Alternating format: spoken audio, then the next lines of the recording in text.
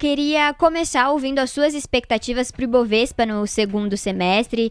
Queria saber se você aposta em uma recuperação da bolsa depois dessas quedas consecutivas que a gente observou, ou a tendência é que o fluxo em meio à tensão tarifária deixe o Brasil de uma forma mais estrutural.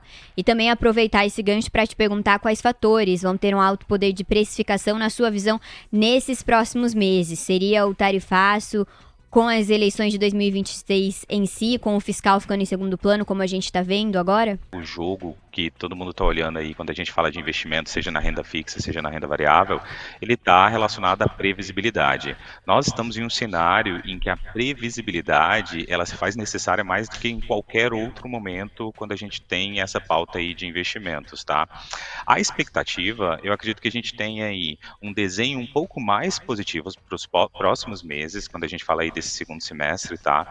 Mas toda essa alteração, principalmente em relação ao mercado interno, essa falta de previsibilidade, tem afastado um pouquinho aí esse fluxo, né? Então, assim, se a gente for olhar para a pauta geral, para tudo que está acontecendo, inclusive de mercado internacional, os investidores acabaram sofrendo um pouco, e aí o mercado internacional ele tende a trazer um pouquinho mais de sentimento positivo para esses investidores fazerem alocações. Só que, assim, quando a gente vem para o cenário local, a pergunta, né, o grande ponto de interrogação, ele está relacionado a essas surpresinhas que a gente acaba presenciando aí ao longo do caminho, e isso pode complicar um pouquinho mais esse sentimento mais positivo, principalmente para a Bolsa de Valores. Nós temos 11h40, a Leila Rodrigues, para além dos racionais, está elogiando também a sua voz de radialista. É verdade, hein, Sidney? Ela não deve ser a primeira a reparar, tem um timbre vocal diferenciado aqui, o Sidney, que vai seguir falando com a gente sobre, ainda com o gancho da primeira pergunta da Cá, essa questão do fluxo, sem a qual não tem como qualquer bolsa destravar. Eu fazia um balanço mais cedo aqui com os nossos comentaristas. Nós não sabemos o nível de isolamento pelo qual o Brasil pode passar, a depender da escalada da queda de braços com os Estados Unidos. Mas nós já sabemos o que o EWZ apresenta de performance na comparação com outros índices de emergentes. Nós estamos caindo 7%. A China está subindo 3,5%. A Argentina, que teve realizações recentes, está caindo 4,9%. O Chile está caindo 4%. Então, assim, a queda brasileira ela é mais forte e, para muita gente, já motivada pelos ruídos que vêm de Brasília. Durante os primeiros 6 meses do ano, esses ruídos eles estiveram no monitoramento, mas não fizeram preço. Te parece que a gente está caminhando para isso? A gente vai voltar a pesar mais Brasília na precificação dos ativos, a exemplo do que aconteceu no final do ano passado? Eu acredito. Quando a gente fala de política, a pauta política ela tem um peso muito grande na precificação dos ativos aqui dentro do mercado brasileiro, né? Porque, assim, toda e qualquer movimentação, ele afeta diretamente a lucratividade de todo e qualquer investidor. Então, quando o investidor ele vai fazer qualquer alocação, principalmente o grande investidor, que é quem movimenta, por exemplo, bolsa de valores, os maiores recursos são deles, então ele olha muito para essa pauta política. E aí, se eu tenho qualquer movimentação, seja do âmbito político ou do âmbito jurídico, que vai afetar a minha lucratividade, por exemplo, como um grande investidor, obviamente que eu vou procurar novas alternativas, né? Se a gente for olhar em questão de números, cerca de 80% do recurso que circula aqui dentro do mercado brasileiro, ele vem do gringo. Então ele vem ali do cara que tem muito dinheiro, que é quem realmente faz preço.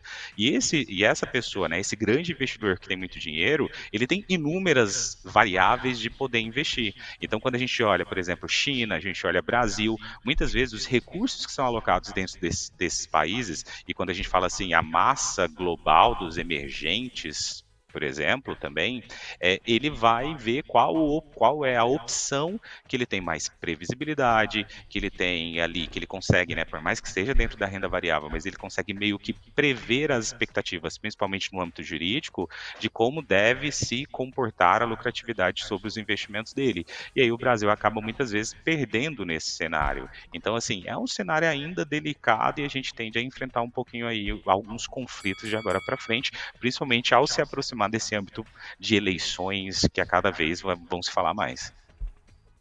E Sidney, mudando agora a conversa para Estados Unidos, o corte de juros em julho já está fora do radar, a expectativa é para um corte de juros em setembro.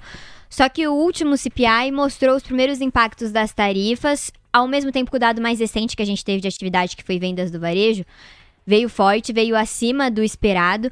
Na sua visão, o cenário base continua sendo para um corte de juros em setembro ou isso está ameaçado? Eu acredito que nós ainda temos essa incógnita aí dentro do mercado, tá? Mas assim, o mercado ele olha muito, e isso é refletido inclusive nessa performance que vocês falaram anteriormente, dos papéis relacionados à tecnologia, por exemplo, que tem sua lucratividade muito, está diretamente relacionada à taxa de juros, tá? O mercado como um todo, se a gente olhar para o mercado norte-americano, eles estão olhando um arrefecimento, uma flexibilização quanto antes aí para essa taxa de juros e que essa taxa de juros, ela logo logo vai começar a ser flexibilizada e ela já não tem tanto, como eu posso falar, ela já não é tão nociva para a economia nessa altura do campeonato, né? Então, boa parte dos investidores, eles estão olhando para o CPI, para os dados relacionados à inflação, né? Então, nós temos os outros indicadores de inflação também, que sinalizam ali uma certa tranquilidade. Vale lembrar que a economia norte-americana, ela é muito resiliente, mas assim, se a gente indo especificamente para a resposta do seu questionamento, eu vejo muito como um termômetro essa performance, principalmente das empresas relacionadas à tecnologia. Então, assim, todo mundo está de olho e o mercado ele sempre está colocando preço no que ainda vai existir. Então, se a gente tem, né, o mercado ele está olhando aí para a gente ter, de fato, essa flexibilização aí o quanto antes. Se ela de fato não acontece, mas o mercado já está olhando lá na frente, essa taxa de juros alta, ela já não é tão nociva para a economia norte-americana, dado a resiliência que nós temos por lá. Então, Sidney, e aí, em cima desse ponto, vamos pesar um pouco o racional que o Fed apoia sobre a mesa.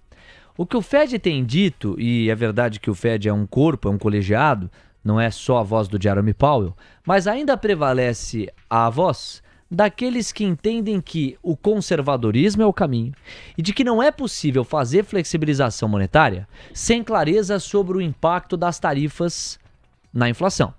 Ok? Se isso é uma premissa verdadeira e se a maior parte do colegiado entende que ela é verdadeira, então não vai dar para cortar em setembro. Porque se as tarifas começam a ser estabelecidas na prática agora, em agosto, a partir do 1º de agosto, não dá tempo de agosto para setembro, você já mediu o impacto dos preços. E o mercado está dividido justamente sobre se o Fed corta ou não em setembro. Para quem mede o mercado no curto prazo, essa é a discussão. Como você se posiciona em relação a ela? Então, nós temos que olhar de fato qual está sendo a consequência desse impacto relacionado a essa manutenção da taxa de juros lá no mercado, tá? Já é conhecido um posicionamento por parte dos integrantes do Fed de uma posição um pouco mais conservadora, porque eles acabam optando por pecar em relação ao excesso de proteção e aí vem ali depois flexibilizar a qualquer momento, tá?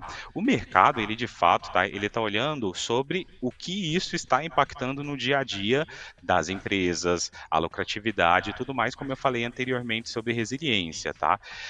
Então, assim, a gente monitora muito porque existe uma pequena diferença entre, de fato, o posicionamento dos integrantes e, em alguns momentos, o que eles vão acabar ocasionando. E aí a gente tem um plano que também tem que ficar de olho ali, que é o que, de fato, isso está sendo impactado dentro da economia norte-americana, tá? Então, assim, como eu tinha falado anteriormente, o mercado ele está reagindo muito ao fato de que, poxa, logo logo nós teremos uma flexibilização. Neste momento eu tenho um posicionamento conservador por parte dos integrantes do Fed. Provavelmente nós não teremos essa flexibilização no curto prazo, mas ela já está batendo na porta. E eu vejo que o mercado e os investidores como um todo eles estão olhando muito para este posicionamento. Até porque boa parte dos setores dentro da economia norte-americana, muitas vezes, eles precisam, já chegou um ponto em que eles necessitam dessa flexibilização. Então, assim, por mais que nós não tenhamos essa flexibilização agora, já no curtíssimo prazo, tá?